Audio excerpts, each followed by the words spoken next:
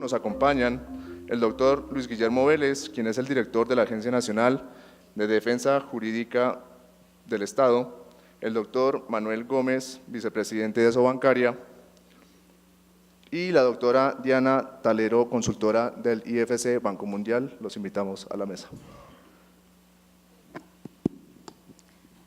Bueno, muy buenos días. Hoy tenemos la oportunidad de tratar uno de los temas que fue de alguna manera muy popular hace unos años por la introducción de un sistema de insolvencia de la persona natural no comerciante que había clamado durante muchos años por una solución concursal.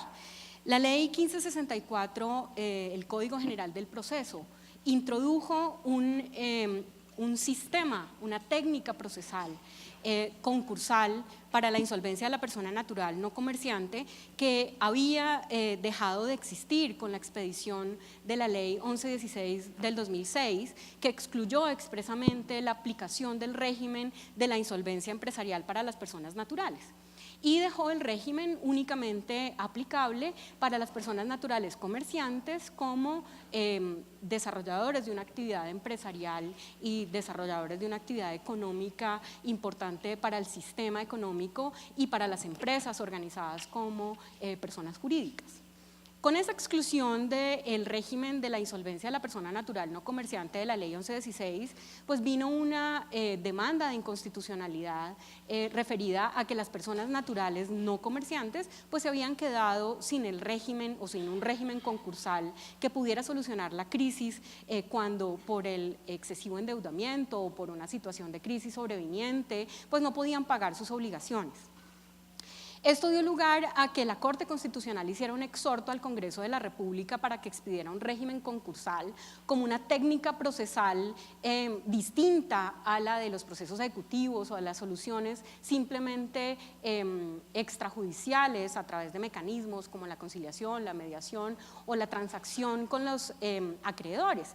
Y esto un poco al considerar la Corte Constitucional que podía eventualmente en una situación de crisis del deudor persona natural no comerciante presentarse un momento que pudiera vulnerar el derecho de solidaridad o el principio de solidaridad que debía informar el proceso de insolvencia de esta persona. Eso dio lugar a que se expediera la ley 1380 del año 2010, que posteriormente fue declarada también inconstitucional por vicios de forma. Sin embargo, para el año 2010, finales del 2009-2010, pues se veía ya la necesidad de generar un sistema de insolvencia para las personas naturales, dada en particular una situación en el contexto internacional que puso sobre la mesa la discusión de si las personas naturales podrían o no generar riesgos sistémicos cuando dejaban de pagar sus obligaciones. Todo esto por la crisis subprime que vivió en particular los Estados Unidos y que tuvo un impacto muy grande alrededor del mundo. Eso llevó a que se comenzara a hablar sobre la posibilidad de que muchas jurisdicciones, en particular en ese caso Colombia, que tenía la coyuntura de haberse declarado inconstitucional la ley 1380 del 2010, que había sido resultado del exhorto de la Corte Constitucional, pues pensaran si en realidad se justificaba introducir una técnica procesal como dentro del esquema de los procedimientos concursales para las personas naturales. Y eso llevó a que se conceptualizara en particular con el liderazgo de la Superintendencia de Sociedades en su momento que dirigía el doctor Luis Guillermo Vélez y pues por eso está aquí hoy un poco para hablarnos de la política legislativa que se implementó en ese momento. El liderazgo también del Ministerio de Justicia y del Derecho y en particular del doctor Juan José Rodríguez, que como académico de la Universidad Externado de Colombia acompañó el proceso de conceptualización de la ley. En ese momento se pensó en el modelo, en qué modelo podía ser más adecuado a la insolvencia de las personas naturales. De hecho, la experiencia había demostrado ya que la aplicación anterior que fue derogada con la ley 1116 del 2006, que era la ley 222 del año 95, que se aplicó para las personas naturales, resultaba insuficiente como técnica procedimental y conceptual para resolver la insolvencia de las personas naturales. Y esto porque los procesos de insolvencia en particular se desarrollan con base en la información. La contabilidad es un elemento fundamental para el desarrollo de los procedimientos y pues las personas naturales, no comerciantes, pues no tienen contabilidad, no tienen información, su información es precaria, máxime si la única obligación de organizar su información es la declaración de renta. Y entonces generar un procedimiento con las mismas características y los mismos requerimientos de información no resultaba adecuado. Además, con la problemática que representa hoy la congestión de la justicia y estos procedimientos de insolvencia, para los que conocen los procedimientos de insolvencia empresarial, son procedimientos jurisdiccionales. Y entonces pensar en un modelo alternativo, un poco basado ya en la conceptualización que se había hecho en la ley 1380 que se declaró inconstitucional, pues comenzó a ser una alternativa para esta política pública. En particular, para mezclar dos procedimientos, un procedimiento no formal, basado en las técnicas de negociación y en las técnicas aprendidas para los mecanismos alternativos de resolución de controversias, los MASC, que tienen unas eficiencias en todo su desarrollo, además con personas capacitadas y profesionales como son los conciliadores, pues resultaba ser una alternativa. Y dejar los temas de controversias y jurisdiccionales a la jurisdicción, lo que hoy llamamos una justicia compartida, una justicia en la cual la justicia formal y no formal se une para lograr la tutela del ciudadano.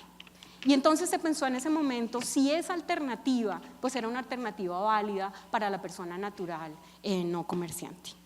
Y entonces un poco pues quisiera hablar con nuestros panelistas de cómo esa introducción de esos mecanismos híbridos que utilizan lo mejor de la justicia no formal, pero lo mejor de la justicia formal para la administración de justicia, pues han sido un resultado que ha producido efectos frente a la insolvencia de la persona natural.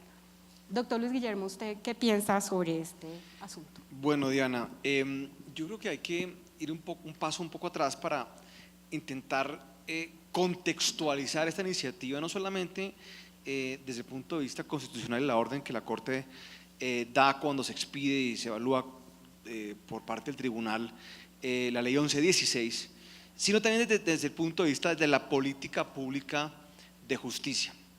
Y aquí en Colombia hay un tema, digamos, muy particular, y es que la justicia civil en muy buena parte está siendo utilizada para el cobro de obligaciones. 3/4 partes de los procesos civiles actualmente en Colombia son procesos ejecutivos. La justicia está congestionada, la justicia civil en particular, congestionada resolviendo los procedimientos de cobro principalmente de las entidades financieras. Ya el doctor José Manuel nos contará un poco más sobre eso, pero la estadística que en algún momento se manejaba era que de estos procesos, que la verdad también no sabemos exactamente cuántos pueden ser, hay estadísticas que varían bastante. La última que tengo aquí a la mano nos dice que son 3.400.000 procesos ejecutivos actualmente haciendo tránsito en la rama jurisdiccional civil. De estos procesos solamente el 10% presentan oposiciones, es decir, los acreedores están cobrando las obligaciones que no se han cumplido a través, sobre todo pues obligaciones monetarias en la mayoría de casos, a través de la justicia. En 1 de cada 10 casos se está oponiendo por alguna razón ese deudor, y el 90% son procesos que hacen el tránsito lentamente y que acaban eventualmente en algún tipo de ejecución de ese deudor. Entonces uno se pregunta, o se preguntaba uno cuando se empezó a pensar en esta ley, ¿por qué está ocurriendo esto? ¿Será que la gente no quiere pagar? ¿Será que los bancos están cobrando mal? ¿Qué es lo que está ocurriendo? ¿O será tal vez que la gente no está pudiendo pagar? Y si en efecto es que la gente no está pudiendo pagar sus obligaciones, pues la forma de solucionar ese problema no es a través del procedimiento ejecutivo, el cual, por lo menos en teoría, estaría diseñado para las circunstancias donde la persona no quiere pagar. Y no quiere pagar por las razones pues, que sea, ¿no? Porque considera que la obligación que le está exigiendo no es la que está debiendo, porque de pronto ya pagó, en fin, por las razones que ustedes ya conocen ampliamente. Y si es cierto entonces que la persona no paga porque no puede, y entonces no se debe utilizar la herramienta de la ejecución singular a través pues, del procedimiento normal, entonces ¿qué procedimiento se debe crear para darle una solución a esto que acaba siendo mucho más que un problema jurídico, acaba siendo un problema social? Entonces la forma de darle solución a esto, la forma que se ha intentado en las jurisdicciones más desarrolladas, por ejemplo la de Estados Unidos desde hace ya más de 100 años, mucho más de 100 años, 120 años tal vez, y más recientemente, pero tampoco tan recientemente, en las jurisdicciones europeas, es crear procedimientos concursales para que la persona natural no comerciante pueda acudir a la resolución de su problema de insolvencia. Se conoce también ese tipo de procedimientos como los procesos de insolvencia de los consumidores. Entre otras cosas, porque como ustedes también lo sabrán o se lo podrán imaginar, pues de estos 3.500.000 procesos que pueden haber en la jurisdicción civil ejecutivos, pues muchos tienen como parte al mismo deudor. Típicamente una persona que pierde su trabajo, por ejemplo, pues tiene numerosas obligaciones con diferentes acreedores. Entonces debe digamos, el crédito de su vivienda, hay un crédito hipotecario, debe posiblemente el crédito de su vehículo, pues un crédito prendario, una garantía mobiliaria, tiene posiblemente un crédito educativo, tiene una tarjeta de crédito, en fin, puede inclusive tener un crédito con un tercero, con un particular, con el prestamista del barrio, en fin. Entonces son personas que cuando caen en desgracia, porque repito, pierden su trabajo, tienen alguna enfermedad catastrófica, hay un divorcio, es típicamente los casos que llevan a alguien que es solvente a entrar en insolvencia, a un individuo, entonces pues tiene un número muy importante de acreedores. Ahí di por ejemplo 4 ejemplos típicos que puede tener un colombiano común y corriente, digamos en sus finanzas personales, y tan pronto deja de pagar, pues cada uno de ellos va a iniciar una ejecución singular. Entonces un solo deudor puede estar generando, qué sé yo, 5, 6, 7, 10 procesos en su contra, todos persiguiendo los mismos bienes, todos persiguiendo bienes inclusive que de pronto ni siquiera existen, y por supuesto congestionando la justicia. Y esto tiene unas consecuencias sociales pues tremendamente significativas. Creo que me extendí más de lo… No se preocupe, doctor Vélez. Doctor José Manuel, digamos la misma pregunta, si eventualmente este modelo que se ha planteado, usted considera que ha venido produciendo efectos o desde la perspectiva de las entidades financieras que son los principales acreedores, sobre todo en crédito de consumo para las personas naturales, ¿cómo ha funcionado? Ya lo dijo el doctor Luis Guillermo, la verdad es que un proceso de insolvencia, no solamente el de la persona natural, sino el de la persona jurídica, pues lo que busca es evitar toda esta proliferación de procesos ejecutivos y realmente que haya digamos, un manejo universal de las obligaciones de una manera expedita, rápida, de menor costo para el deudor y de menor costo para los acreedores.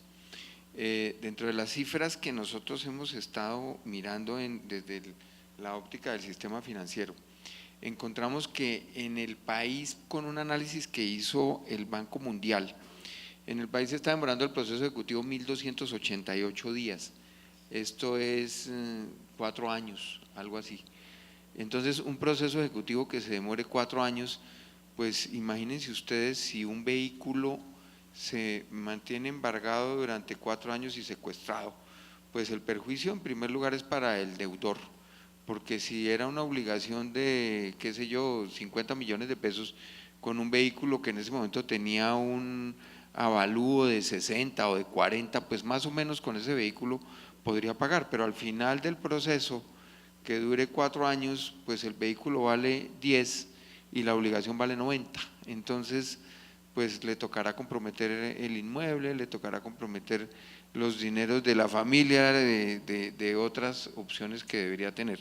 Entonces, un proceso de insolvencia pues facilita mucho más el manejo de este tipo de operaciones, de recuperaciones, y digamos, en últimas, al que termina ayudando es al deudor.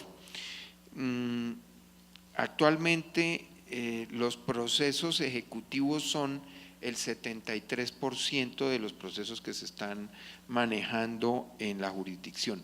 Es decir, se está utilizando a los jueces hoy, abogados y toda una rama jurisdiccional especializada para que venda vehículos, para que venda casas, que eso es en última lo que se hace con los procesos ejecutivos cuando debieran estar dedicados a otras tareas, como es el resolver los conflictos entre los particulares. El 73% son procesos ejecutivos y el 27% son otra clase de procesos, incluyendo declarativos, tutelas, etcétera, etcétera. Este año se ha incrementado entre enero y junio el 17% los procesos ejecutivos este año. Ustedes han visto que la situación económica del país pues tiene algún elemento que implica que se haya deteriorado la cartera en alguna medida, no es digamos una situación crítica ni de crisis, pero se ha incrementado el 17% la iniciación de procesos. Entonces, pues sí es importante que exista un proceso de insolvencia. Yo tengo unas cifras aquí de cuáles son, digamos, los casos de insolvencia actualmente. En este momento, los casos de insolvencia, la totalidad de insolvencia de persona natural que se están tramitando son 1.109 procesos de insolvencia, que ya tienen acuerdo el 40%, 450 procesos, que no tienen acuerdo 181 y que están caminando más o menos 400, es decir, el 35%. Pero si nosotros miramos las cifras en dónde está la concentración de estos procesos de insolvencia de persona no natural, esto en valor tienen un valor de 174.000 millones de pesos, los procesos de insolvencia de persona natural. Pues el volumen grande está en Bogotá, lógicamente, son 76.000 millones de pesos en Bogotá, pero hay algunos datos que sorprenden. Por ejemplo, en Nariño hay 13.000 millones de pesos y en todo Cundinamarca hay 7.000, o sea, descontando Bogotá, por supuesto, descontando Bogotá, en Cundinamarca hay 7.000, en Nariño hay 13.000 millones, de los cuales 11.000 están en Pasto y 1.000 están en Ipiales. En norte de Santander hay 9.000 millones de pesos y en Cali hay 41.000 millones de pesos, solamente en Cali. Y ahora un poco más adelante les compartiré algunos problemas que hemos encontrado, pues porque el sistema financiero está en todo el país, de los manejos de los procesos, y pues en Cali hay algunos inconvenientes que se han venido manejando, pero 41.000 millones de pesos que no justificaría que existiera un volumen tan grande. Si uno mira la economía del país, pues 41.000 millones de pesos no es el equivalente. Hay sitios donde no hay absolutamente nada, por ejemplo Sucre, 0 pesos. ¿Será que en Sucre no hay problemas? No sé. Por ejemplo, en Córdoba, 0 pesos. En el Cesar, 0 pesos. En Santander del Sur, 8.000 millones de pesos. En Santander del Norte, que es pues es frontera, 9.400 millones de pesos. Bueno, eso es, digamos, frente a cifras del proceso de insolvencia. Es importante que exista un proceso de insolvencia, es importante que las obligaciones se puedan negociar, es importante para los deudores y es importante para los acreedores. Pero un poco, doctor Luis Guillermo, cuando estaba conceptualizándose la ley, ¿usted cree que este era el número que esperábamos de procedimientos de insolvencia? Es decir, después de 5 años de la implementación de la 1564, este número, digamos, ¿qué opina usted de este número? Bueno, claramente es un número muy pequeño. Digamos que lo que se podía esperar, dado el tamaño de la economía colombiana, era por ahí un número de unos 30.000 procesos concursales de consumidores anualmente. La cartera de consumo de los bancos, pues para poner un parámetro, ¿en cuánto puede estar, José Manuel? ¿50 billones? ¿Cuánto puede ser la cartera de consumo de los bancos? Digamos que sea una cifra de ese estilo. ¿Alguien la sabe? Pero es muy alta. Típicamente en una economía como la colombiana, pues tener una cartera siniestrada que puede estar en el 2 o 3% o en el 4%. Bueno, digamos el 4%, en una época como la actual puede subir un par de puntos. Entonces pues estamos hablando de billones de pesos siniestrados, y vemos que todos los procesos suman 150.000 millones, independientemente de las distorsiones que hay, que me parece importante que las discutamos más adelante. Estamos frente a una herramienta que se está utilizando muchísimo menos de lo que se había pensado originalmente. Cuando se hizo la reforma colombiana, simultáneamente también se estaba haciendo la reforma chilena. Los únicos países en América Latina que tienen procedimientos concursales para consumidores son Colombia y Chile. De hecho, el modelo chileno es copiado en buena medida del colombiano, con una muy importante diferencia, que es tal vez lo que nos puede enfocar en la discusión. Es que el modelo chileno tiene operadores diferentes. En el caso colombiano se estableció como operadores del procedimiento las notarías y los centros de conciliación. Los centros de conciliación institucionales, o sea, los que tienen por ejemplo las cámaras de comercio, y los que llamaríamos no institucionales. El tema de notarías estaba como muy en boga en ese momento. Ustedes recuerdan que veníamos de la reforma de la justicia del año 2012, donde se le quería dar más función a los notarios y tal. Creo que eso realmente no funcionó muy bien. Esa idea no fue una buena idea en general. Creo que los notarios resintieron mucho eso y sentían que les estaban poniendo a hacer cosas que ellos no estaban preparados ni querían hacer. Entonces yo creo que eso tampoco, digamos, fue un buen camino, y se han tenido problemas con los centros de conciliación, particularmente los no institucionales, o los que yo llamo no institucionales, por temas de control. Pero estamos hablando de, como decía José Manuel, 1.200 procesos aproximadamente en año y medio. Este año se han aumentado. En Chile estamos hablando de aproximadamente 1.400 procesos, o sea, más o menos lo mismo de Colombia, con una población que es bastante menor que la colombiana, con una economía que es un poco menor que la colombiana. Entonces, digamos que el fenómeno, digamos, de falta de uso de la herramienta también se está dando en Chile, aunque en menor proporción. En Colombia se está subutilizando la herramienta, y creo yo que puede ser un tema de operadores, un tema de falta de información de los consumidores, y falta de apropiación también en cierta medida por parte de los usuarios, y un poco más de pedagogía. Sí, un poco usted ha tocado un tema que nos abre a otra discusión, y es el tema justamente de los operadores. Algunas críticas ha recibido el sistema por el hecho de hacer esta integración entre la justicia no formal y la justicia formal, en la medida en que digamos, la justicia no formal está funcionando muy rápido, con algunos temas que de pronto el doctor José Manuel nos comparte ahorita en este momento, que ya lo anunció. Pero digamos, una de las críticas que ha surgido es que los jueces se demoran mucho, y entonces en esa parte formal, en donde hay controversia, en donde tiene que irse el trámite del centro de conciliación al juez, pues puede pasar fácilmente un año sin que el juez haya resuelto en el trámite las objeciones.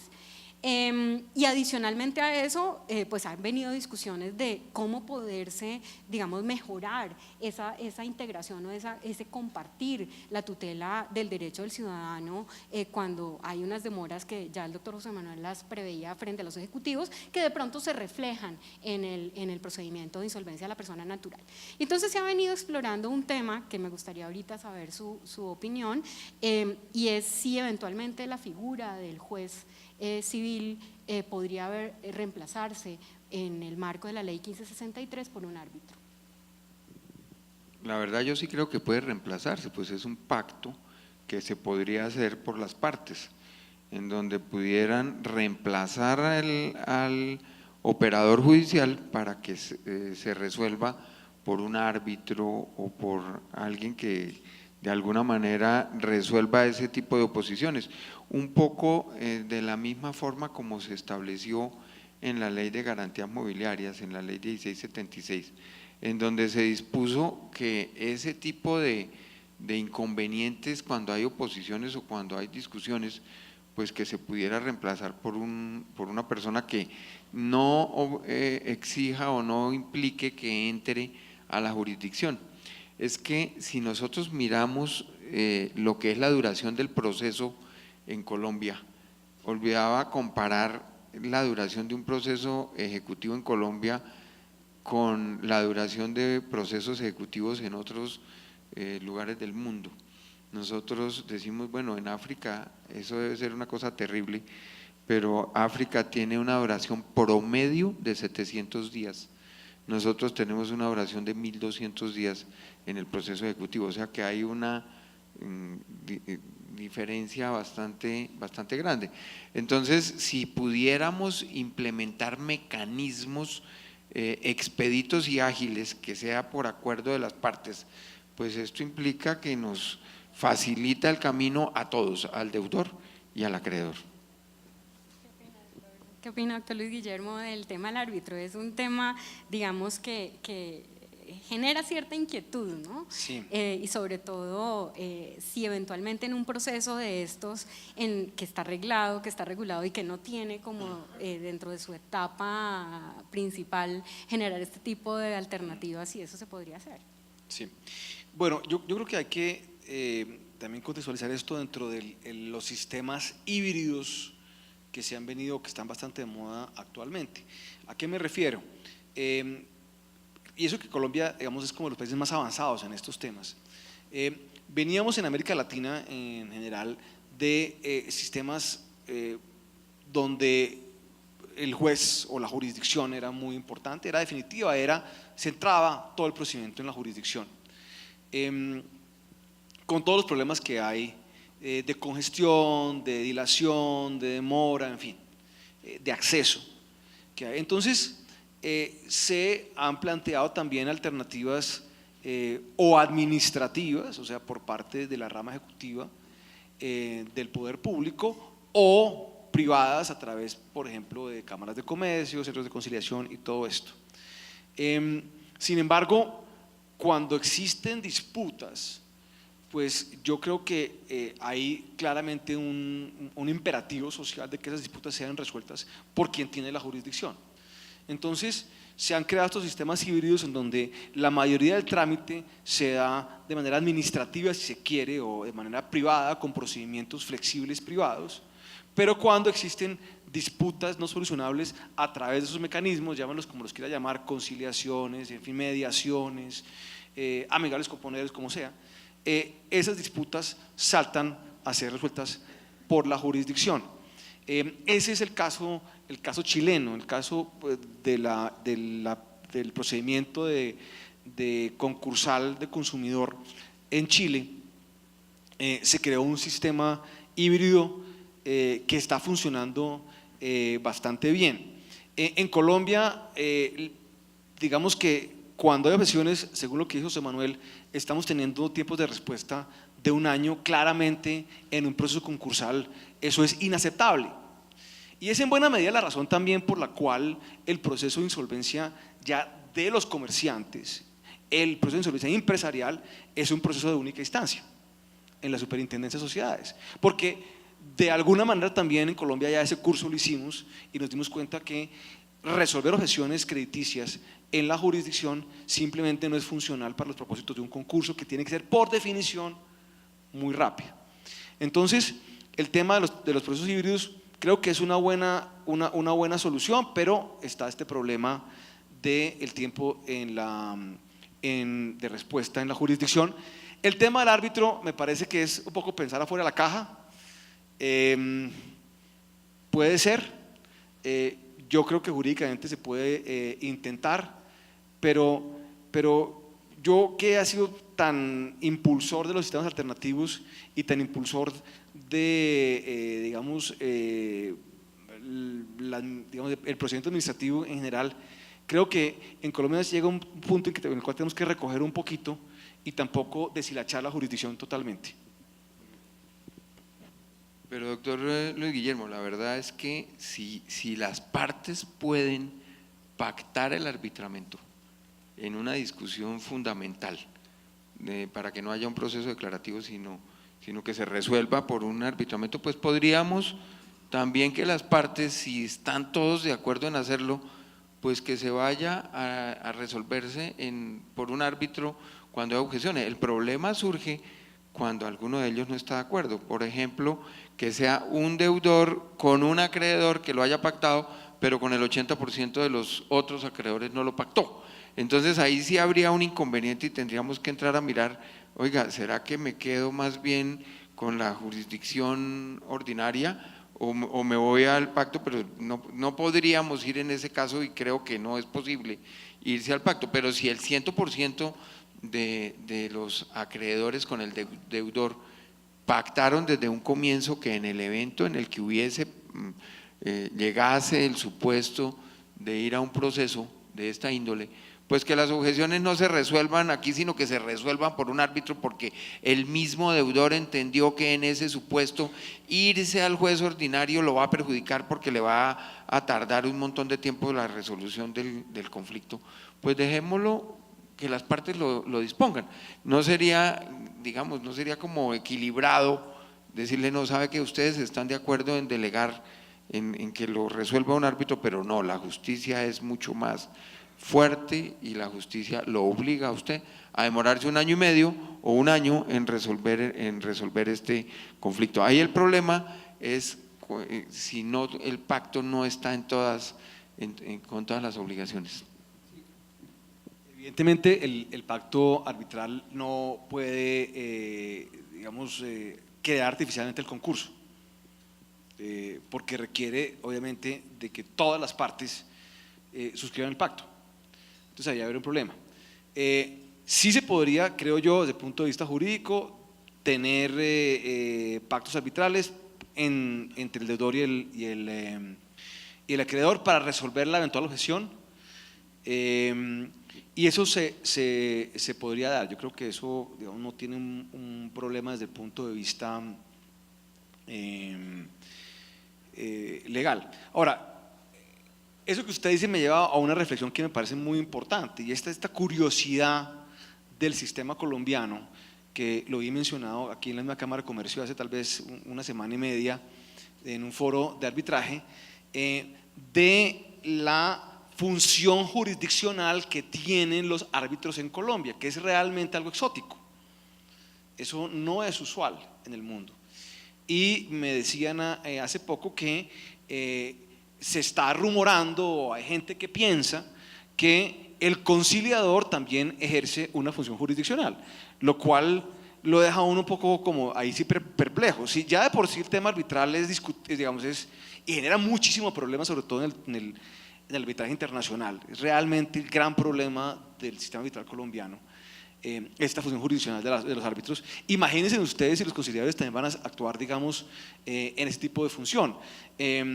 Creo que eso es una idea que tenemos que borrar completamente, porque en la medida en que los procesos de resolución alternativa de conflictos, los MASCs, se vayan procesalizando o formalizando de manera procesal, van perdiendo efectividad. Eso es una realidad. Entre más informales sean, más efectivos son. pero cuando se les meten, digamos, se procesalizan, se institucionalizan, van siendo menos efectivos. Cuando se obliga a la conciliación, por ejemplo, como muchas de nuestras normas, pues todo el mundo lo ve como un trámite más, como un escollo más del proceso para salir del paso. Sin embargo, cuando uno se pone a analizar, muchos problemas sí se resuelven sin la formalidad propia de la conciliación. Entonces, creo que también hay una reflexión adicional, si se va a mirar el tema de resolver objeciones vía árbitros. Sí, en eso estamos completamente de acuerdo. Sí resulta ahí sí un tema exótico que los conciliadores y algunos tienen la firme convicción que están actuando en funciones jurisdiccionales, lo cual no es cierto y no podría serlo. Este es un procedimiento que, si bien es reglado, pues es un procedimiento, yo no lo llamaría administrativo como usted lo llamó, doctor Vélez, pero sí es un procedimiento de un trámite procedimental que no determina funciones jurisdiccionales del conciliador. Pero ahora quisiera pasar… Pero antes de pasar, ¿usted qué opina, doctora Diana? Yo sé que usted no está aquí a este lado, pero Estoy que me hablo, doctor. No, el tema para mí es muy claro. La ley 640 no prevé su aplicación en este tipo de procedimientos. Es un procedimiento reglado completamente, un trámite reglado completamente, y el conciliador no tiene de ninguna manera funciones jurisdiccionales. un árbitro. El árbitro sí, el árbitro sí, y por eso yo creo que esta es una alternativa. Ahí me surge una única duda, y es, listo, se pacta, puede utilizarse la audiencia, la primera audiencia, para pactar el arbitraje como mecanismo para resolución de objeciones. Tengo un tema ahí que todavía me falta la conexión, y es que la ley 1564 determina que aquel que conoció la objeción conozca la liquidación, ¿sí?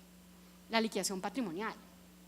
Y entonces ahí sí me surge como la duda de si eventualmente el árbitro podría adelantar por mandato de las partes la liquidación patrimonial de la que trata la ley 1564. Ese sería como un tema allí que todavía me falta resolver, pero digamos en el entorno que usted mencionó, doctor José Manuel, de las garantías mobiliarias, de hecho toda la parte jurisdiccional está habilitada para adelantarla al árbitro. Entonces, ¿por qué allá sí, por qué allá no, por qué acá no? Si el marco conceptual finalmente, pues no es la ley 1564, sino la ley 1563, que habilitaría la posibilidad eventualmente de utilizar el árbitro en ese momento. Doctora Diana, para no demorarnos mucho en este tema, un comentario final. Yo lo único que veo muy difícil es poder sentarme con mi esposa o con mi hijo a hacer un pacto arbitral para los alimentos. Esa es la parte que yo no veo como muy clara para poder llegar al proceso. Eso está excluido, pero bueno, sí podría ser un tema de la mesa. Sí, están excluidos, clarísimo. Sí.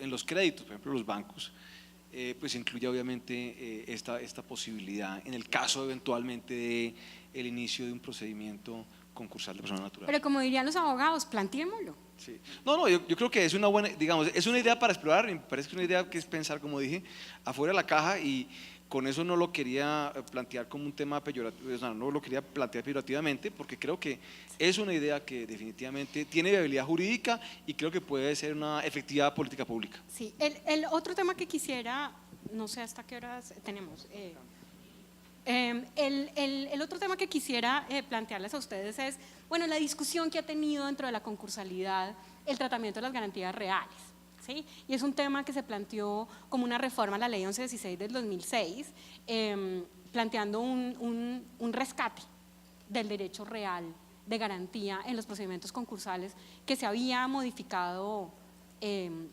hace más de 30 años y que los concursalistas creen que es un tema de índole constitucional. Sin embargo, este es un tema de política pública, es un tema de política legislativa, es un tema de libertad de estipulación, de libertad de configuración legislativa, y se ha planteado inclusive por algunos acreedores si eventualmente en un régimen de insolvencia de la persona natural rescatar ese derecho real del acreedor garantizado en este proceso de insolvencia resulta viable, no solamente procesalmente, sino humanitariamente. ¿Qué opinas? Bueno, lo que pasa es que una garantía resulta efectiva en la medida en la que yo pueda tener un derecho sobre el bien que está, sobre el cual se constituyó la garantía. Si el derecho se pierde en la mitad del camino, pues la garantía no resulta tan efectiva. Entonces, en la ley 1676 se incluyó un elemento importante, y es que se dijo, bueno, los bienes que no son necesarios para el desarrollo del objeto de la sociedad, pues pueden continuarse la ejecución sobre esos bienes o iniciarse ejecución sobre esos bienes si definitivamente no son necesarios.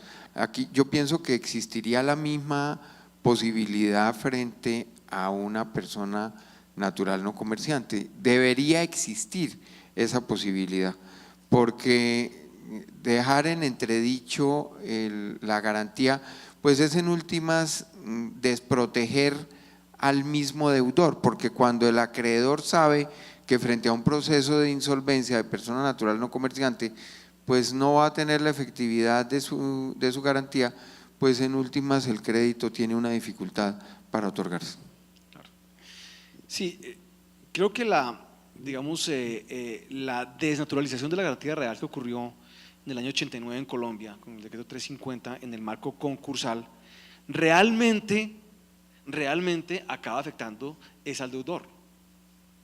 Es una paradoja de estas enormes que hay en el derecho de veces, y es que cuando se le cercena el derecho real al acreedor, supuestamente para beneficiar al deudor, el que acaba siendo perjudicado en últimas es el mismo deudor.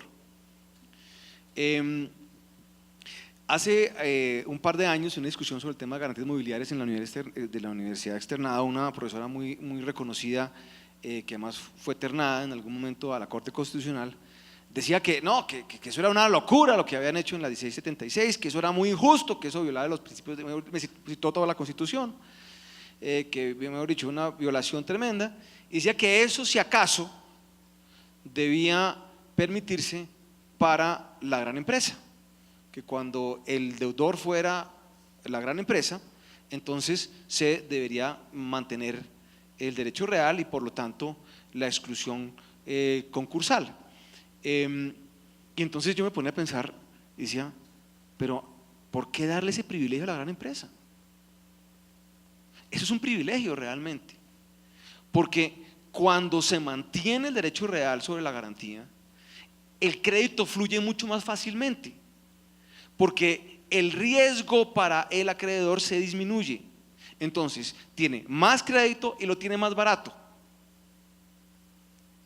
Cuando se diluye, como se ha diluido en Colombia, y lamentablemente el régimen concursal de persona natural no comerciante lo mantiene así, cuando se diluye ese derecho, pues la persona queda realmente indefensa.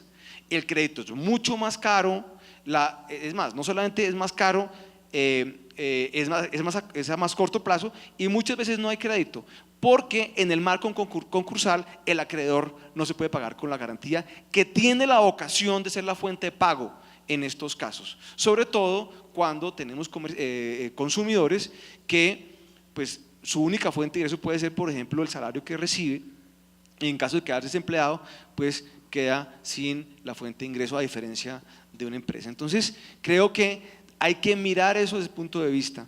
Esto es esto juega a favor del deudor, paradójicamente.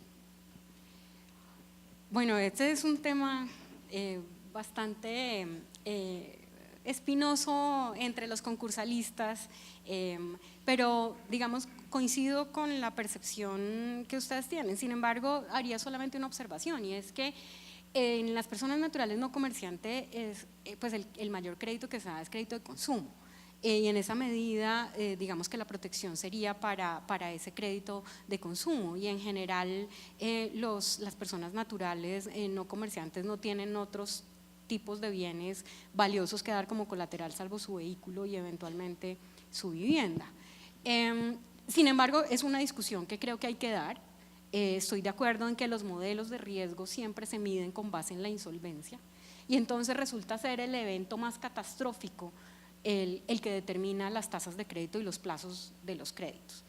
Pero quisiera, y ya para terminar, tocar uno de los temas tal vez más álgidos en el derecho concursal de las personas naturales, y es el reconocimiento que hace la ley 1564, tal vez de uno de los elementos más humanistas del derecho de crédito, y es la posibilidad de la descarga, la posibilidad de poder tener, como en este caso se tuvo con la ley 1564, una ley de punto final y de volver a empezar, sobre todo en casos de sobreendeudamiento extremo de un deudor. Y esto tiene un impacto importante en la insolvencia empresarial, porque con la ley 1564 se introdujo en la insolvencia empresarial para la persona natural comerciante tal vez esta misma característica humanitaria que no tenía el derecho concursal colombiano. Pero tal vez uno de los temas más álgidos en la descarga es la intención que algunos ven del deudor, persona natural, de hacer este tipo de procedimiento para la descarga.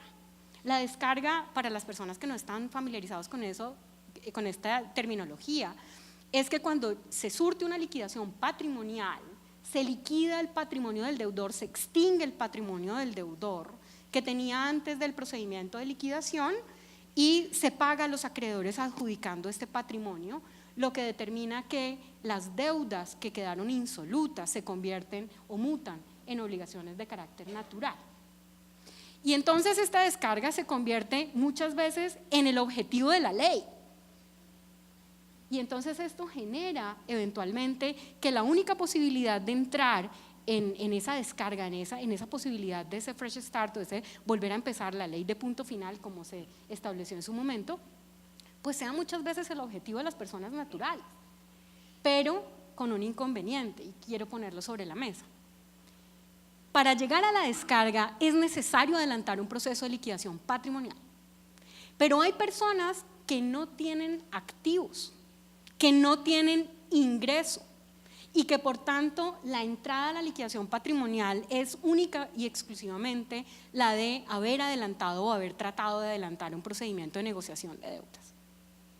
Y entonces cuando llegan a la liquidación patrimonial, hay fallos hoy de los jueces que niegan la posibilidad de la liquidación patrimonial por efecto de no tener esta deudor persona natural ni activos ni ingresos.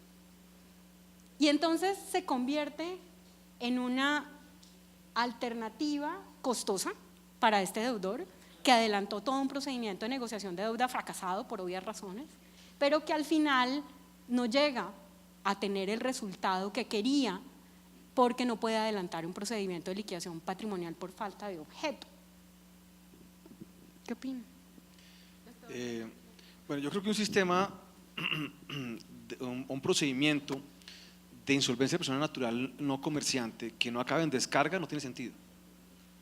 O sea, yo creo que eso es claro, y la literatura sobre esto es muy reiterativa. O sea, tiene que haber al final del día descarga. El problema está en el tema del fraude, del control del fraude, que esto no se vuelva una herramienta de fraude. Y no es un tema de los colombianos o de que aquí en Colombia somos dados a ese tipo de cosas, eso no es cierto para empezar, pero además es un tema que es reiterativo internacionalmente, cómo controlar el fraude en esto, y hay que tener, digamos, unos muy buenas, es más, hay en Canadá, en Australia, en Nueva Zelanda, en muchos países europeos, en los mismos Estados Unidos, en Inglaterra, hay entidades gubernamentales encargadas, instituciones, agencias gubernamentales encargadas de supervisar y vigilar los procedimientos de insolvencia de persona natural no comerciante. Esa es su función principal, porque evidentemente es una herramienta que se puede prestar, digamos, fácilmente para el fraude. Entonces, creo que no debe haber un sistema sin descarga, creo que debe haber mucho más control al fraude. Tenemos, que lo mencionará de pronto José Manuel más adelante, el caso de Cali, donde las estadísticas no son consistentes, lo cual quiere decir que se está usando el sistema muy probablemente y que amerita por parte de las entidades supervisoras una revisión del funcionamiento del sistema, particularmente en esa ciudad.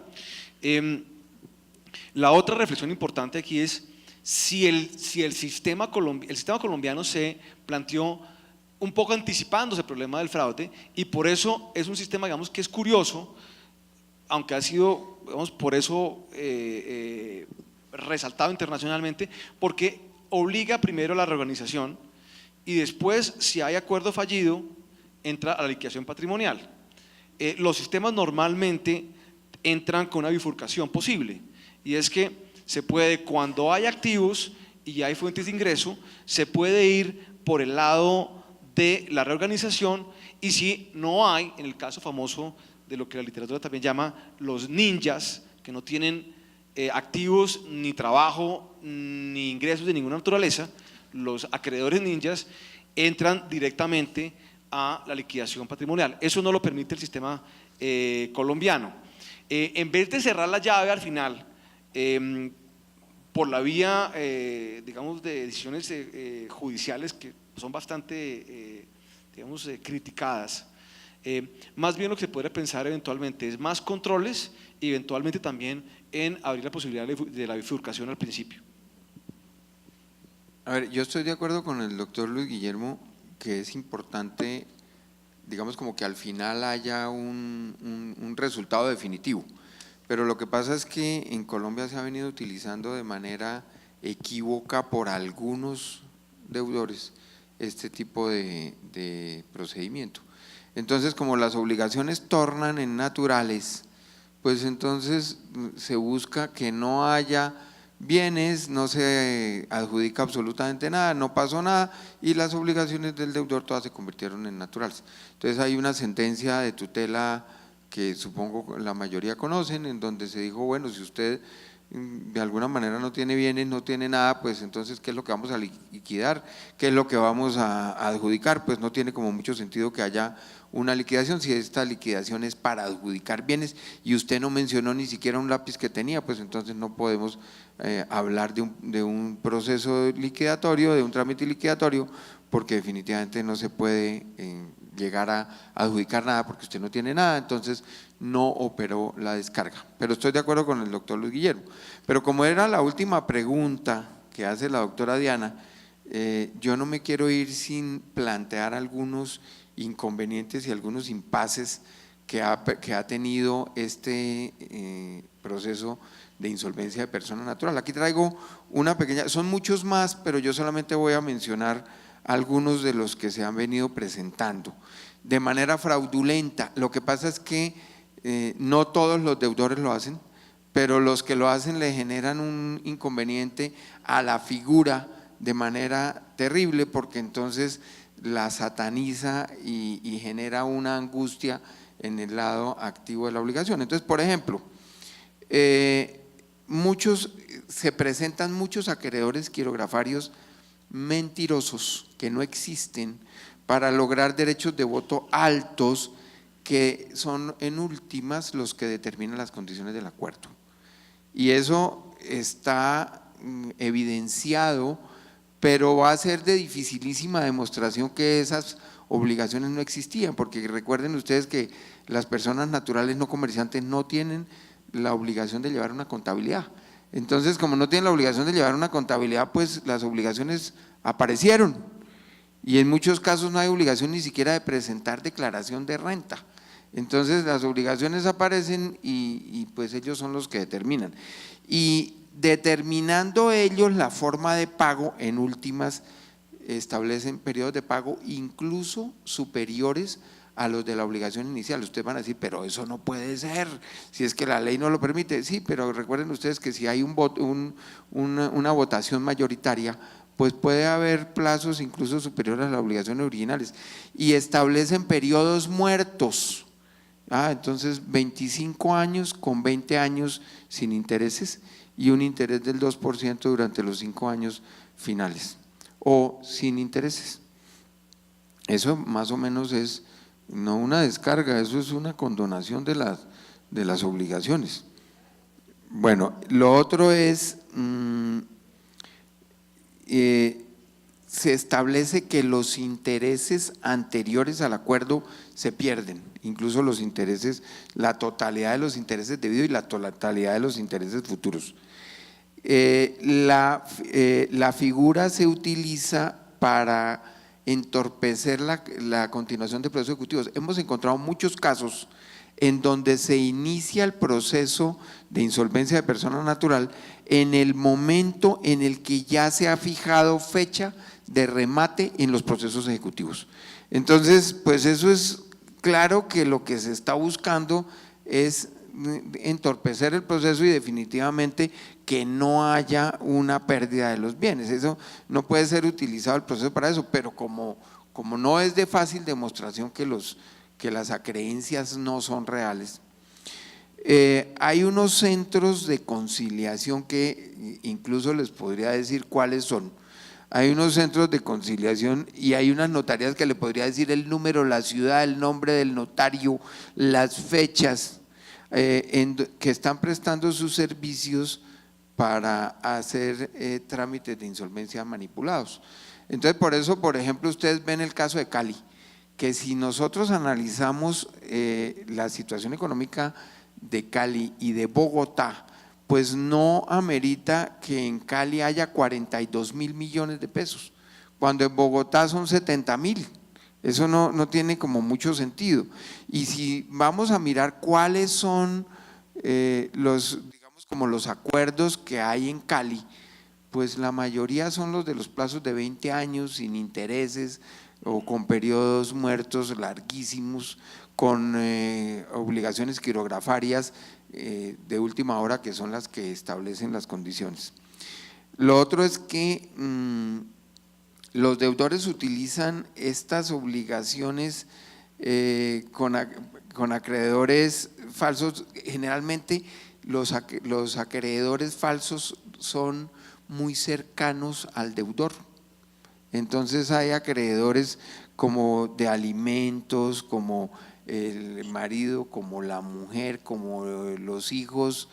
Tenemos un caso de un reconocimiento casi que en el momento de un hijo que no existía, que prácticamente lo reconocieron en el momento en que iniciaron el proceso de insolvencia.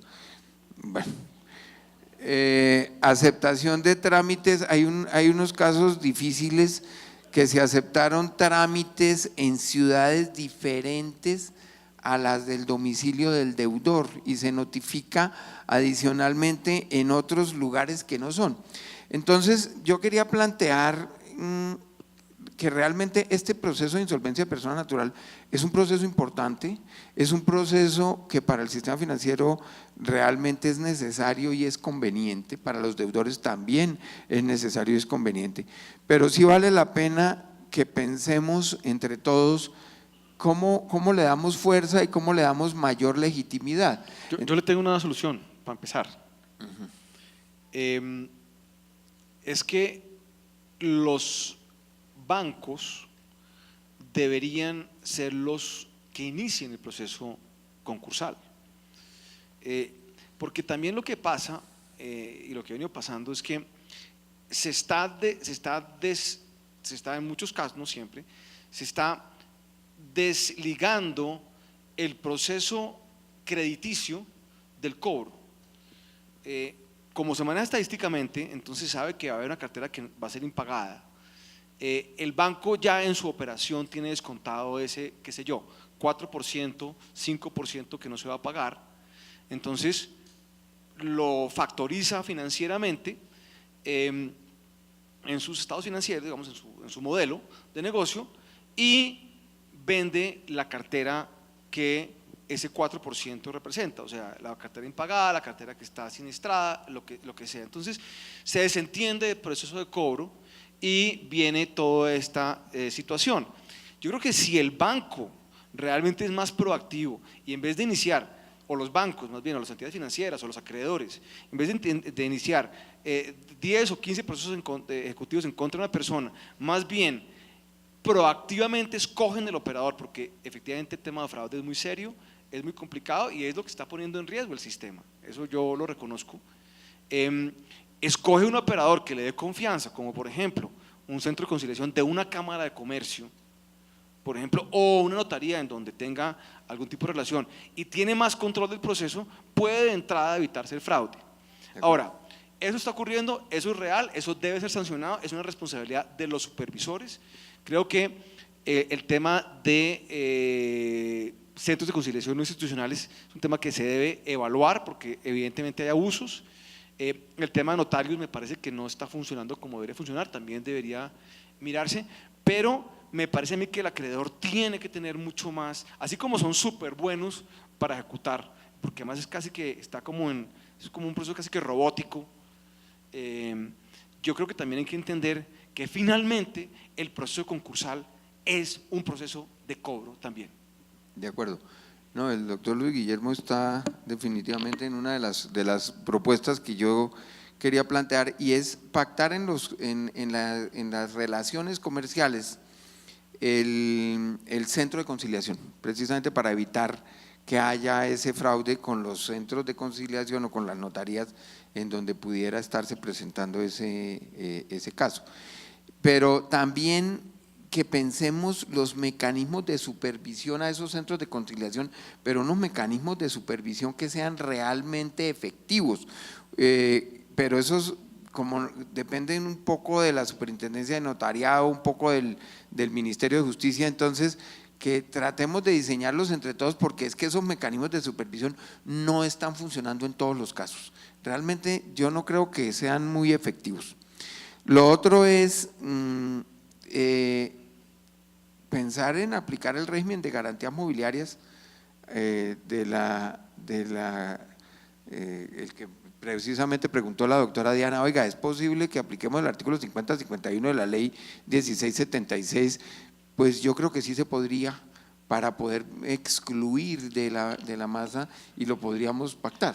Ahí lo que pasaría es lo que pasa en muchos países anglosajones, es que el acreedor se paga con su garantía real, evidentemente, sea mobiliaria o inmobiliaria. Recordemos que ya está excluida la inmobiliaria, ¿no? Sí. Entonces simplemente pues eso descarga es la posibilidad de limpiar el balance de la persona, el balance, digamos, su balance personal, y eso pues la rehabilita para entrar nuevamente a la economía. Creo que eso puede ser muy, muy importante. Esa tara que todavía traemos en Colombia de haber desnaturalizado la garantía real mobiliaria y haber nosotros persistido en esto en el año 2012, antes inclusive de la reforma de 2013 de garantías mobiliarias, creo que es pernicioso. Y si se logra hacer eso, entonces se puede tener una descarga mucho más efectiva y cumplir con el propósito de resocialización que tiene la ley. Pero, doctor Luis Guillermo, cuando usted estaba en la superintendencia, surgió de la superintendencia una idea de la ley de garantías mobiliarias que eliminó la prohibición del pacto comisorio, ignoraticio. Sí. Entonces, podría también pensarse en algunos mecanismos de ejecución extrajudicial de la hipoteca. No, sin duda alguna, sin duda alguna. Yo creo que ese es un gran avance, esa eliminación de esa prohibición. Y realmente, a mí lo que me sorprende es que esto ya ocurrió hace 5 años. Y la profesión de abogado en Colombia es increíblemente conservadora.